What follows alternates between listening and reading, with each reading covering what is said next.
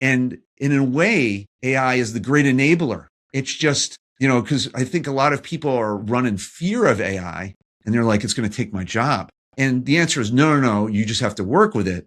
But the problem becomes we've just welcomed hundreds of millions, if not billions of people to the show. And that's who you're competing against. You're not competing against with AI native. You're competing against other humans who now have AI and who can perform and communicate and learn, not because they're sitting in Goldman Sachs in Manhattan or, a miner in some other country. It's because they have the world at their fingertips. And really now the real gold is curiosity, right? If you have the curiosity, you have all the world at your fingertips. And that is going to be very disruptive because that's the world I'm living in right now.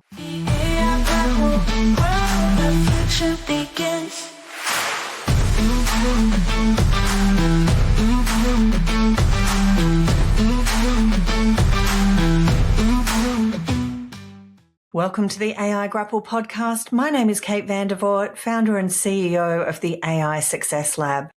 Today's conversation is all about the future of work and why AI on its own is not the answer.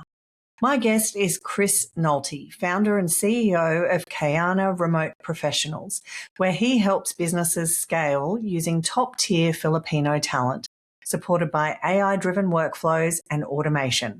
Chris is an investor operator by background. He's led and scaled companies across financial services, retail, prop tech, and healthcare, and was an early beta tester of OpenAI's ChatGPT. In this episode, we talk about the human execution gap in AI adoption, why so many companies buy the tools but fail to change how work actually gets done. We explore how AI is reshaping remote work, why repeatable roles are disappearing, and why curiosity, professionalism, and discernment are becoming the real differentiators. Chris shares why AI isn't replacing people, but quietly inviting hundreds of millions of new workers onto the global stage, and what that means for leaders, teams, and anyone who wants to stay relevant in the years ahead. Let's dive right in. Hi, Chris, and welcome to the podcast. Hey, thanks for having me.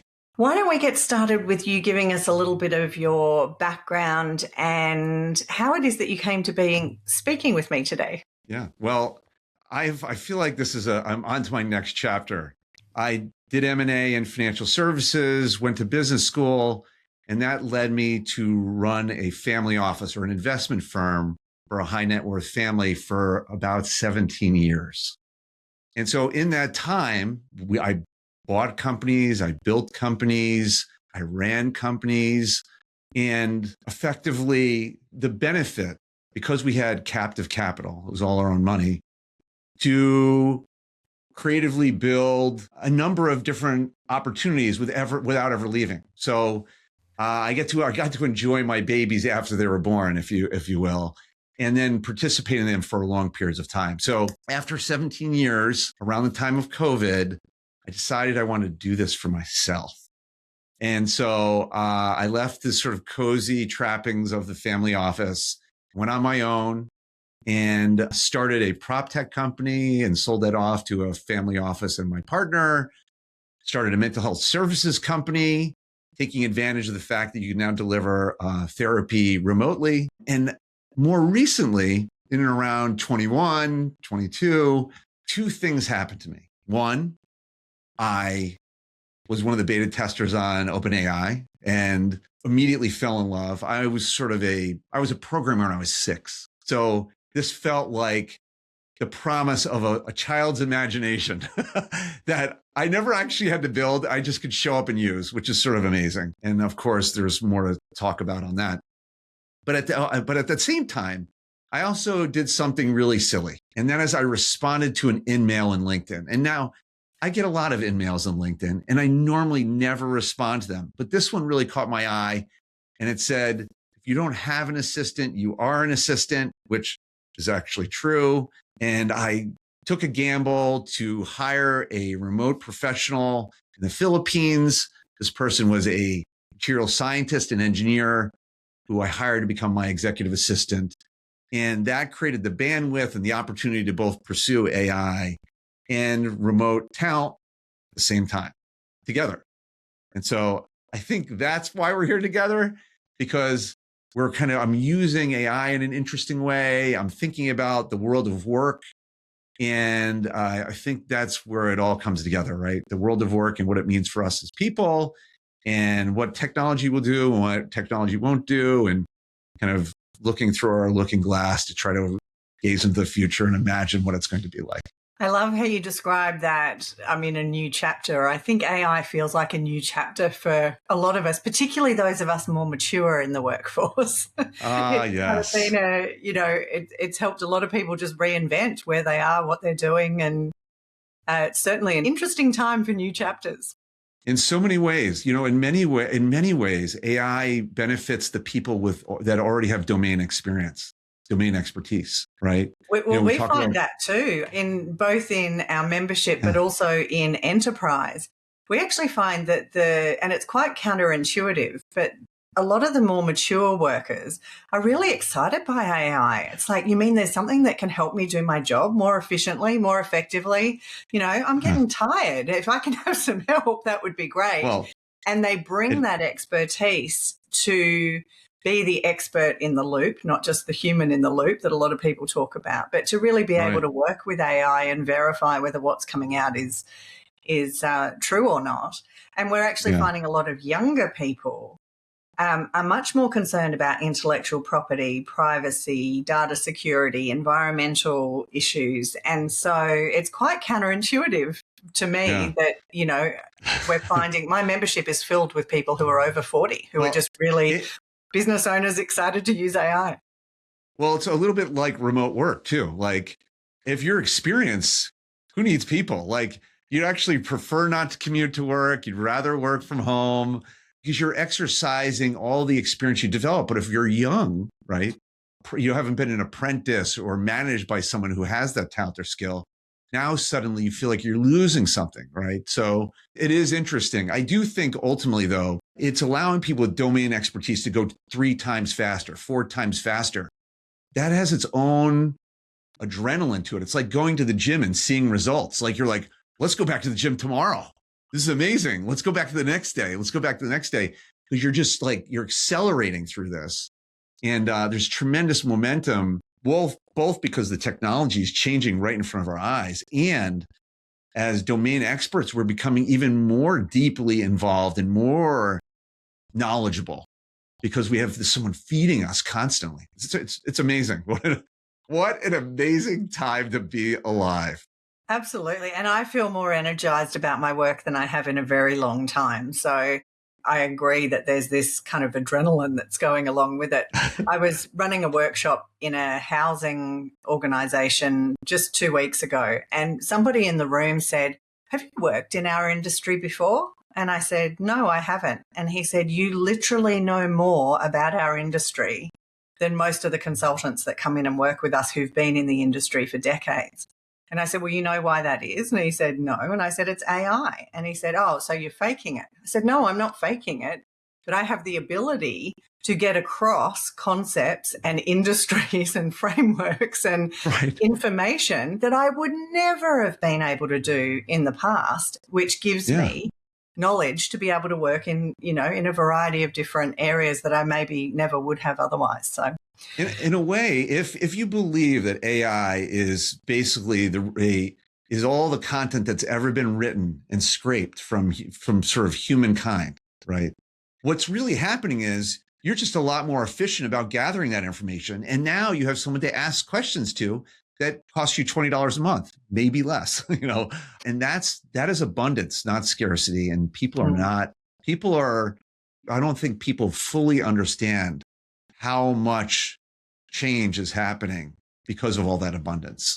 Well, we're certainly going to get more into that. But before we do, I want to address the elephant in the room. So through Kayana, you combine AI-enabled workflows with highly skilled Filipino remote professionals. Yes. So it strikes me that what's becoming more and more evident is that if repeatable task-based roles are the first that are going to be replaced by AI, what does that mean for the future of remote hiring and remote teams? Well, in a way, it's actually I think it's good for everyone. I think, but like everyone, there's change that comes with it, right? And I think it's a bit like AI enables us all to do more, right? And the expectations for someone in today's world is just higher, right? So the notion that you're going to come out of college and answer phones, right, for 3 years as sort of your learning years, your young years in the professional workforce, it's probably going to go away.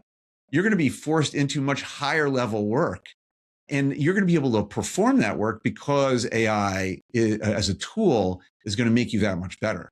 So I really just think that it's going to raise all boats. The quality of work is going to go up. The requirements of the worker is going to go up. And I don't think remote work is going to change. I don't think when we talk about remote work, let's remember, I'm a remote worker. You're a remote worker. We're all remote workers. Like anyone who is, honestly, anyone who's working at all is a remote worker at some point in any given week. Like some people work 2 days from home. Is that a remote worker? Like, where do you draw the line? What's hybrid? What's not? I think that's really that idea of remote is the thing that AI is going to affect the most, which is talent is uniformly distributed, opportunity is not. And when you have talented people in third world countries that heretofore have not been given the opportunities that their skill and talent are capable of achieving, when you add AI to that, suddenly hundreds of millions of people show up very capable, just like you were very capable in that meeting, right? And in a way, AI is the great enabler. It's just, because I think a lot of people are running fear of AI and they're like, it's going to take my job. And the answer is no, you just have to work with it. But the problem becomes we've just welcomed hundreds of millions, if not billions of people to the show. And that's who you're competing against. You're not competing against with AI native. You're competing against other humans who now have AI and who can perform and communicate and learn, not because they're sitting in Goldman Sachs in Manhattan or, a minor in some other country. It's because they have the world at their fingertips. And really now, the real gold is curiosity, right? If you have the curiosity, you have all the world at your fingertips. And that is going to be very disruptive because that's the world I'm living in right now. I'm living in a world where I am talking to remote workers, recognizing how underutilized they are. And both they and the clients are arbitraging the sort of compensation gap, the cost of living gap, and the currency gaps that exist between countries. And what's enabling that is AI. And do you see that AI is going to reduce that divide or widen that divide? I think it's going to reduce the divide dramatically. I think it's going to create tension in the labor force, but it's because of people working remotely using AI, not AI itself. Right? So it actually opens up so much capability, right? I could write an email in French. Now I've lived in France, but I'm not a great French speaker.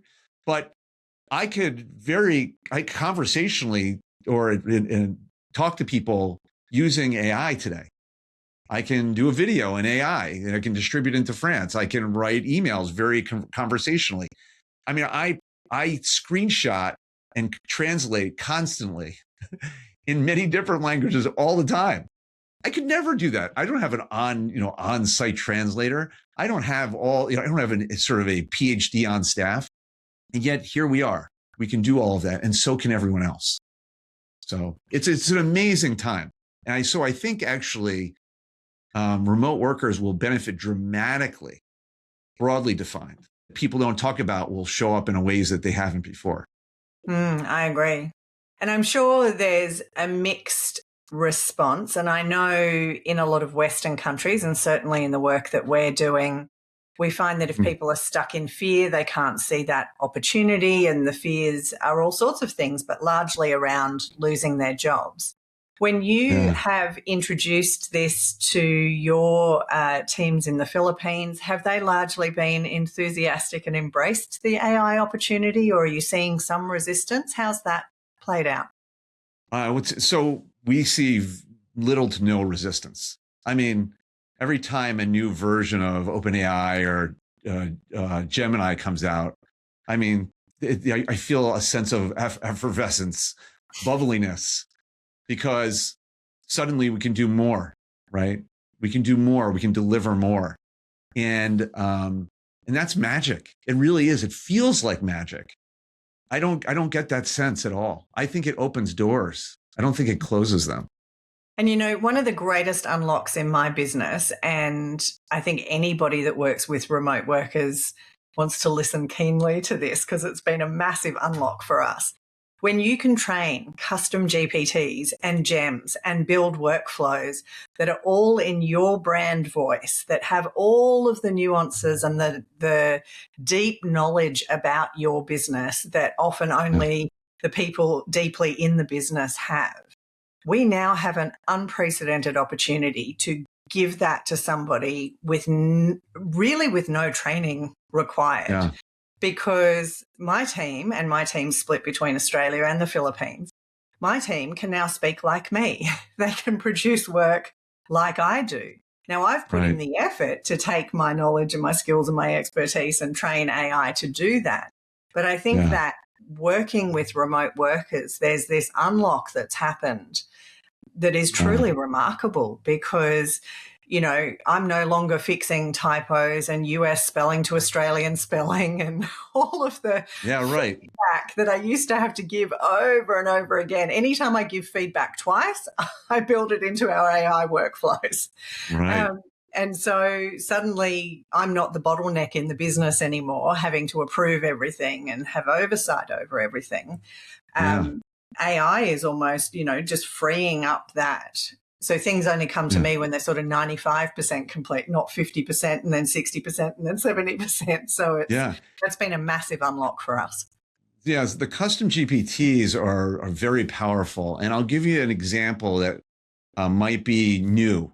And that is I'm writing a book, right?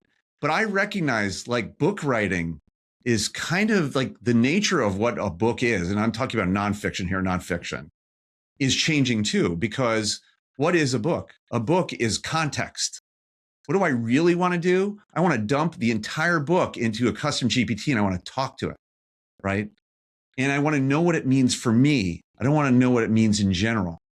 And so as I'm writing a book on my space and how to institutionalize embedded overseas talent, I am writing the chapters in a way that I would normally not write them because I know that the chapters themselves are a reference to the custom GPT that people are going to have access to. Right. So it's almost like a reference manual to the program that they can then use. And that's the book. So instead of like making it easy to read, I make it extraordinarily complete so that the context for the custom GPT is embedded and available for people to take home with them. Otherwise, you know, just click on the QR code, take you to the website and use the custom GPTs I set up for you that are connected to the book that you can then read about, right? It's a crazy world, right? How people consume content, how people produce content, how they're integrating ChatGPT and custom GPTs into it. In this particular case, I can actually use it as a lead funnel, right? Drive people to custom GPT, get their credentials, allow them to have access to this technology now. And now it's a lead funnel. Whereas before, I didn't know who was reading the book. I didn't know who bought it. I don't know how they got it. We do the same with all our courses. We create custom GPTs so that they've got an assistant that's helping them through the course that has all of my knowledge. So they don't need to ask me. They've got this little assistant that helps them alongside. Yeah. What does the world of education look like when you can talk, when your teacher is focused on you, right? Only you. You have like everyone has their own sort of PhD teacher. So anyway, deep thoughts. So Chris, when you think about your teams that you work with, What makes those remote workers irreplaceable or so valuable now that we're in this AI world? And then I guess to take that one step further, what should remote professionals be thinking about to future-proof their careers and to really Yeah. make the most of the opportunity that we have ahead of us? Yeah. So first thing that I tell people is that they should think of themselves as professionals. I think the best way to build relationships and trust remotely is by operating professionally. Now, if all you've ever done is operate remotely, the question is, where were you trained to be professional, right? Who taught you, right? And in my professional career, it was all in person, right? So remote professionals actually have to learn to be a professional. And I think that's a fundamental platform for building trust. Beyond that, they should come as they are. And what I mean by that is many people that are working remotely might not have had the opportunities to grow and develop and to be compensated in a way that they can be today. And oftentimes they don't take it for granted. That's a really big difference between the labor forces that I'm accustomed to working with and the labor forces I'm now working with. These are people that are hungry, like I was 30 years ago, which now is like rare, seemingly, and because the labor markets have been so tight for so long. So it's actually, I would just encourage them not to get used to it, right? Get used to this idea of this abundance of support through AI and the opportunities it provides them, because it's in many ways their differentiating factor. The fact that they're very focused on output, that they're very focused on efficiency, they're very focused on their work is a differentiator in and of itself. But that comes from inside of you. Everyone has AI now, right? So those are the differentiators that I think I would remind remote professionals about that are uniquely human, right? Because now they're on a world stage with other humans also using AI. And that's, I think, what they need to be thinking about. Yeah, and I think with professionalism often comes discernment. And I think discernment is required more now than ever in the age of AI. And True.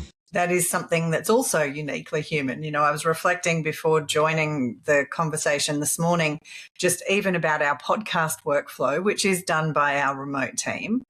And there are still parts of that.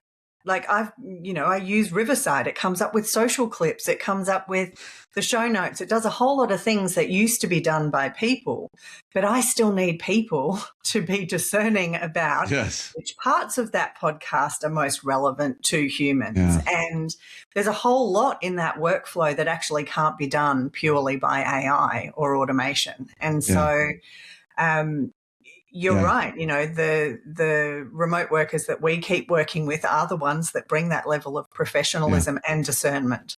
Well, let's do a thought exercise, though, because you almost have to add at the end of every sentence about AI right now. Yeah. Right? Right now, we need human beings to do this, this, and this. But 6 months from now, 12 months from now, 3 years from now, it might be different. But you'll still need people. And the reason is because the standards for excellence will go up. And you'll still have to be discerning. There'll always be a gap. And so as you grow and learn in your career with AI, you will become increasingly discerning about what it should look like, right?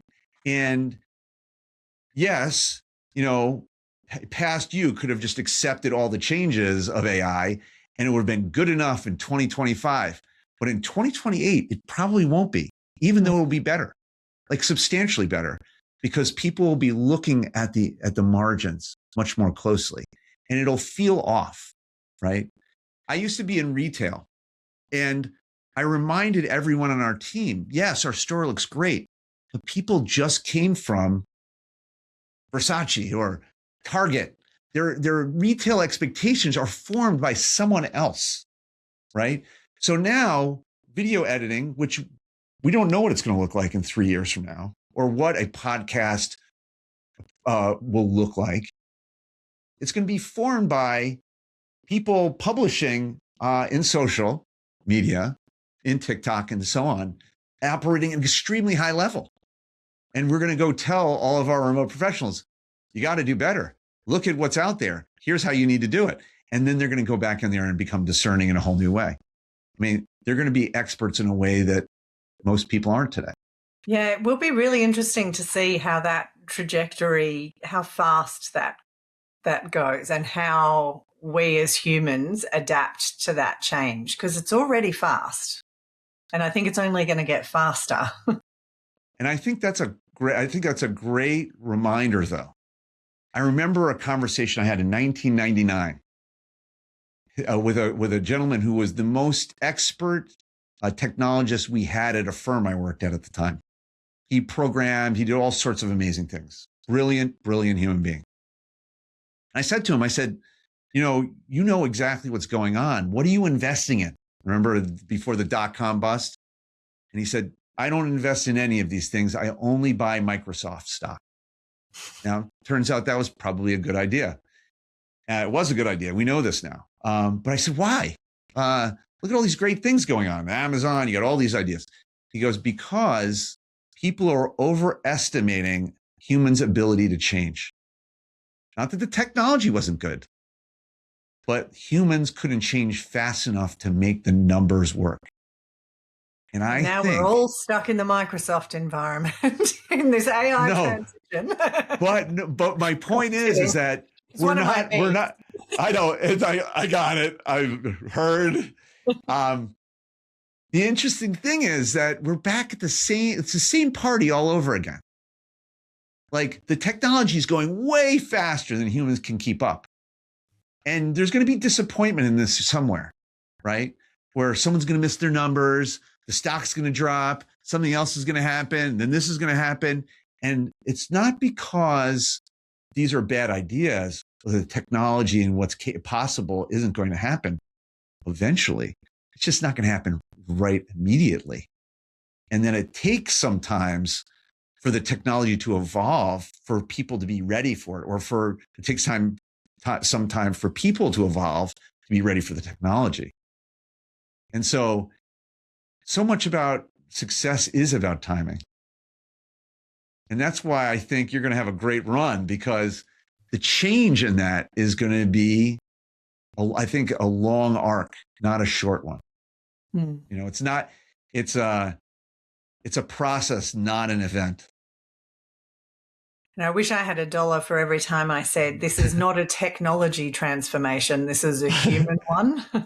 Right. There's a lot that goes alongside that, because the technology is there. The technology will keep evolving, but it's how we adapt and evolve alongside the technology that will determine how all of this unfolds.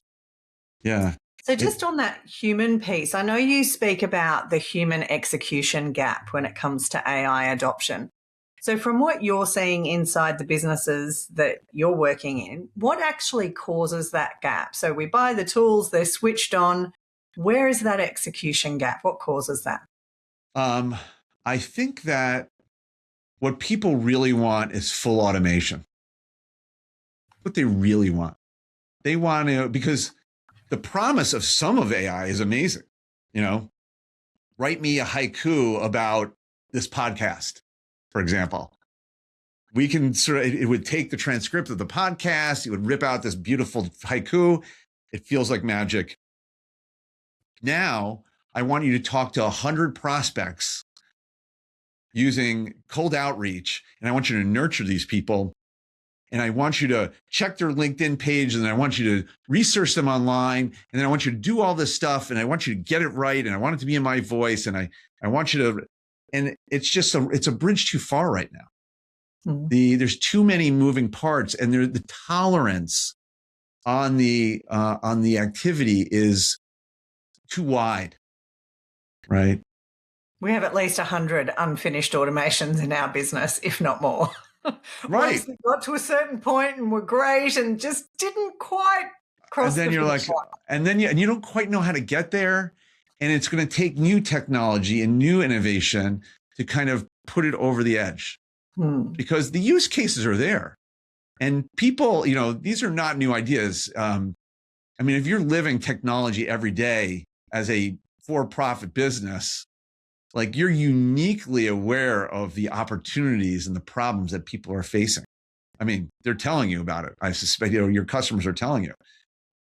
But those are the projects to work on next, right? And the only other thing I would say is how much money can you invest in a thing, in a business, a new business, when OpenAI can launch a competing product with you tomorrow.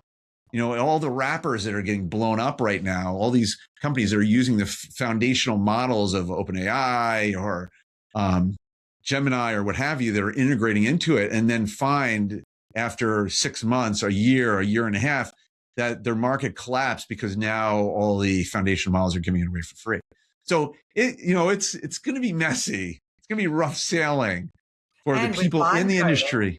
With vibe coding, anyone can start an app or a website, but we're going to see one massive disruption, I think, to the SaaS industry. So all these licenses that everybody pays for, that will be interesting to see how that unfolds. But also all of these businesses popping up that actually don't have business experience or actual substance behind them, but they can suddenly just with natural language whip up a website, whip up an app and start selling that.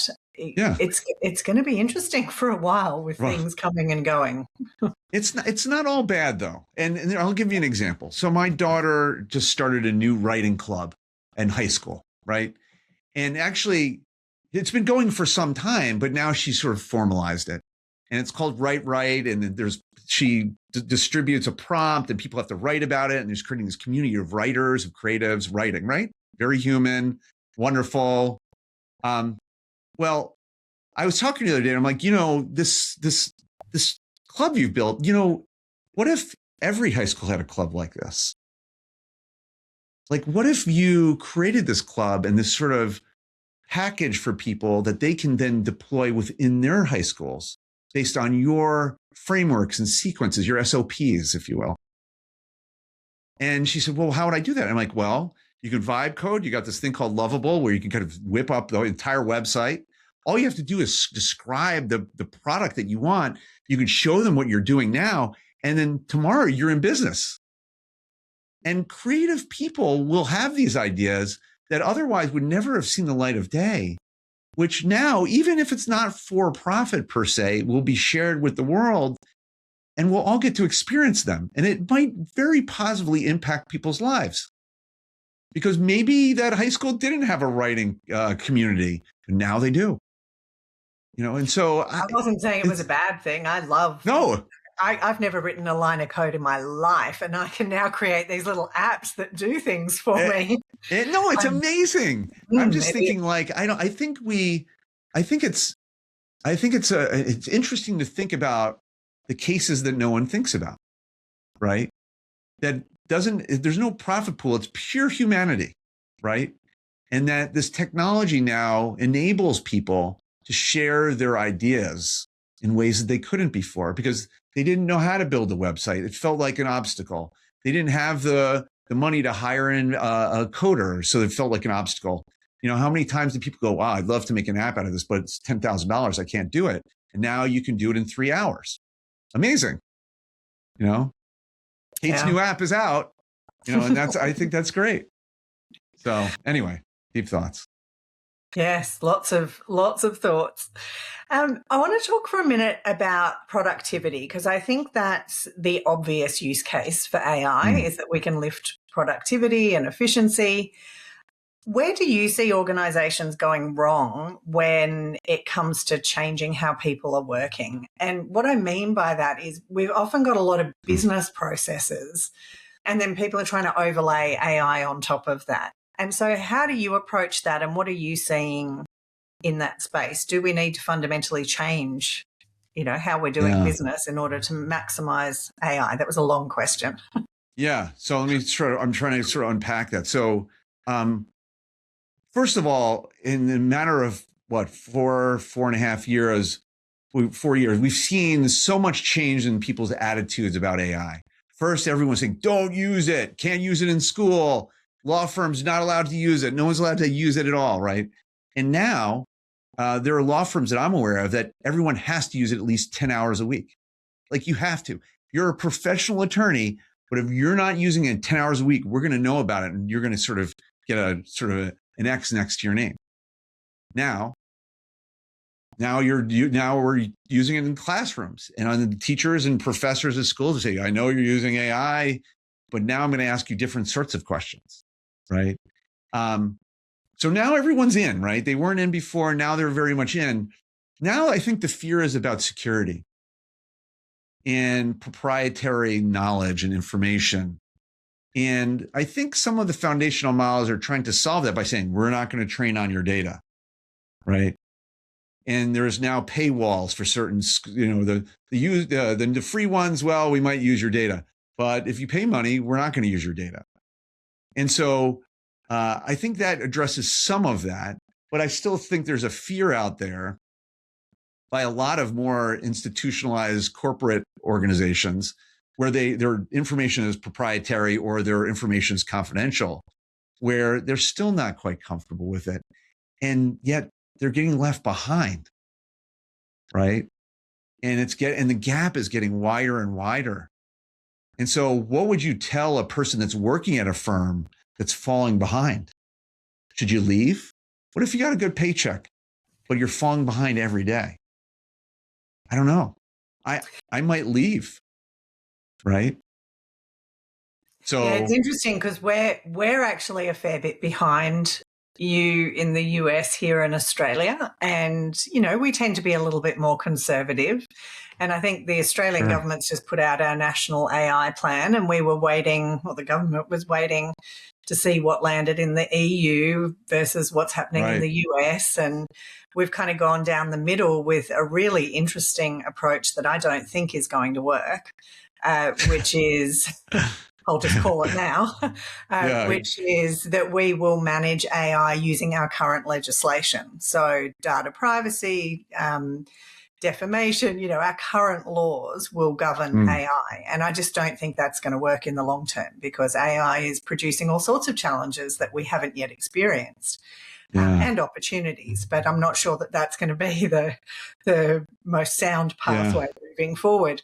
But we're quite legislated here. Like a lot of industries here, data has to remain onshore, and that creates data sovereignty is a massive issue when all of the greatest technology takes your data offshore.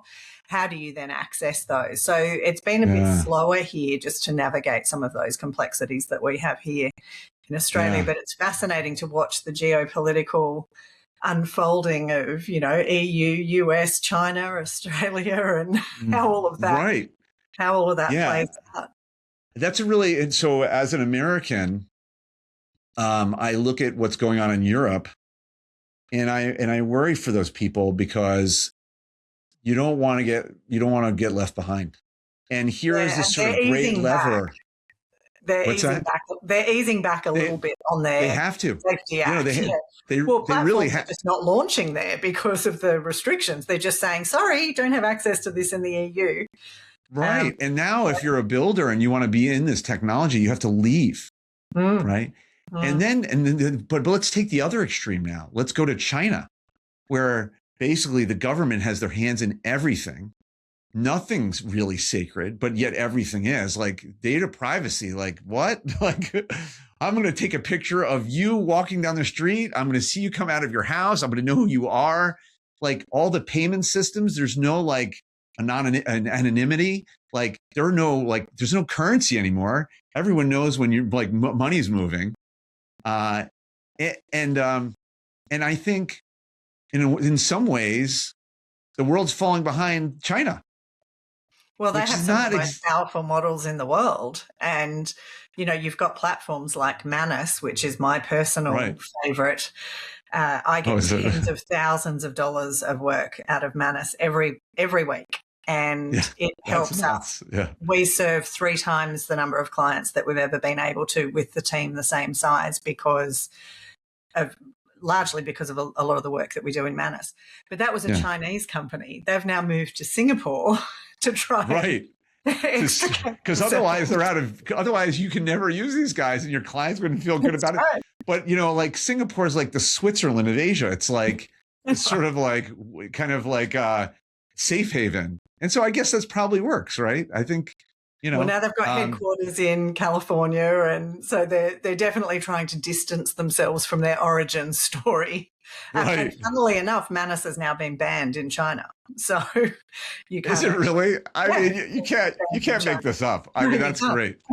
And actually, if you remember when Manus came out, what was it? Well, actually, it was something blue. I forget the name of the first one. And then Manus. Yeah, Deep Think. Like that was like seminal. Yeah. DeepSeek. That was very seminal, and now it's like a real sort of open model for a country that needed it because they're not allowed to see other models. Like, well, and I think interesting. I think Manus also needed to leave China in order to be able to access the most powerful compute and chips, and it's showing. In my mind, they have the most powerful model at the moment. So, yes. We could go down many rabbit holes at this point, Chris. We only have 4 hours of only 4 years of content, but yeah, right. So, Chris, when you look ahead at the future of remote work, the future of remote professionals, the future of what could be possible if we get this right with AI, what does the future look like? So, I mean, I think the thing that I would focus on is speed and like when companies sleep and when they're awake. I think even small middle market companies are going to operate a lot like corporations today that never sleep. They literally follow the sun, right? And because of AI and because of your ability to distribute work in reliable ways, small middle market companies can operate much like larger corporations that never sleep. You go home, you can be the CEO of the company, you might be sleeping, but the company is still working. And I think that is what the world is going to have in store for us. And that is why people will continue to be employed. And that is why the GDP is going to go up, not down, because everything's going to go faster and be working all the time. So it's, like GDP goes up in a given month, retail sales are up when we have off, right? And now what we're going to have is a situation where people are going to be shopping all the time. People are going to be manufacturing all the time. And they are going to be servicing all the time. It just might not be during waking hours, right?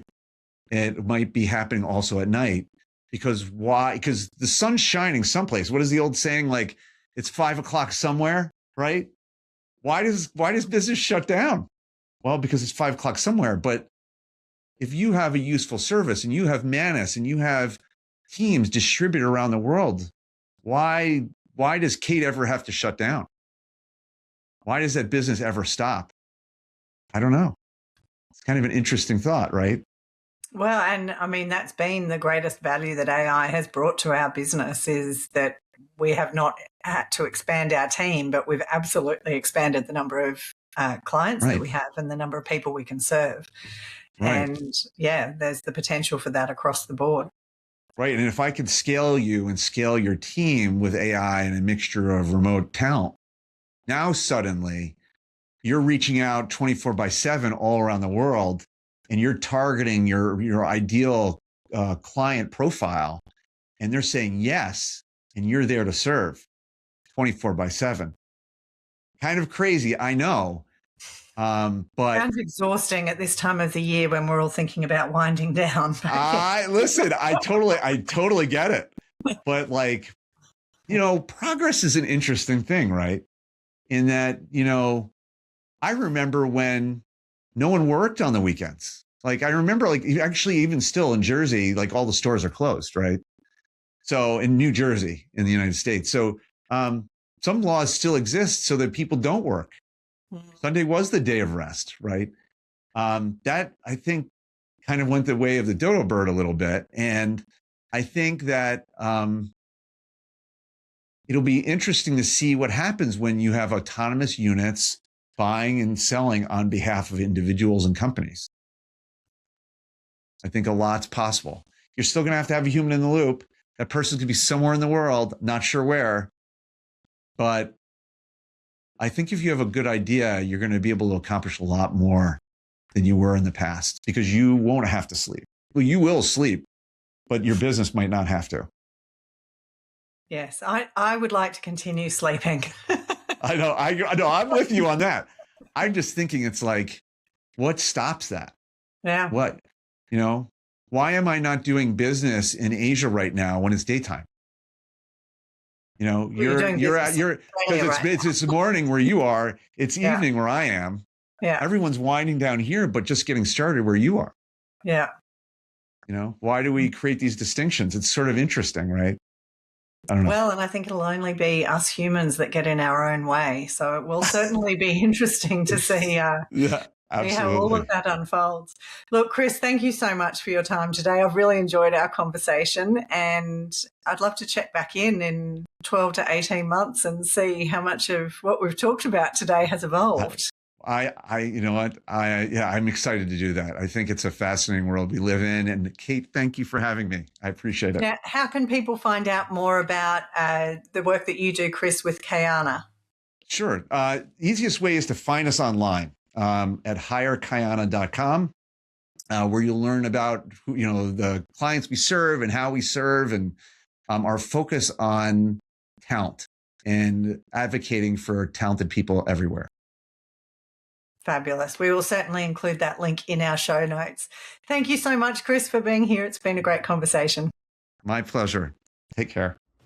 Thank you for tuning in to the AI Grapple. If you enjoyed this episode, please share it with your friends and colleagues and subscribe on your favourite podcast platform. We would love to hear your thoughts, so reach out with any questions or comments about the show. Until next time, keep grappling with AI and stay curious.